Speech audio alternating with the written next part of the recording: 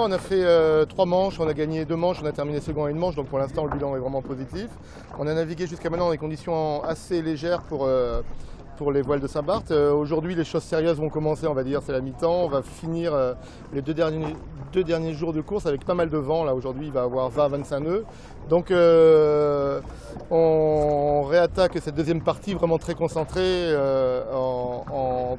en adoptant maintenant une navigation un peu plus prudente parce que les conditions vont être sérieuses.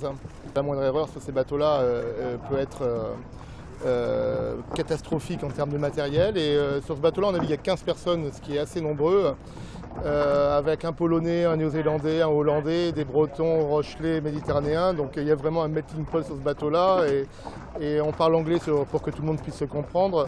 Donc il faut que ces 15 personnes arrivent vraiment à bien s'entendre et dans des conditions venteuses qu'on va avoir, il faut vraiment que ça tourne bien. Donc jusqu'à maintenant ça marche bien, on va espérer que ça continue comme ça pour les 2 derniers jours.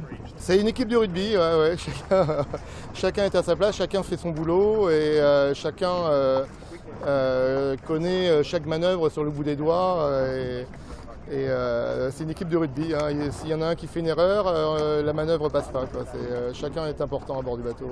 À bord du bateau, c'est pas moi qui prends les décisions pendant la régate, il y a des gens compétents pour ça et je leur laisse faire. Je suis plutôt, on va dire, le sélectionneur, le coach un petit peu, voilà.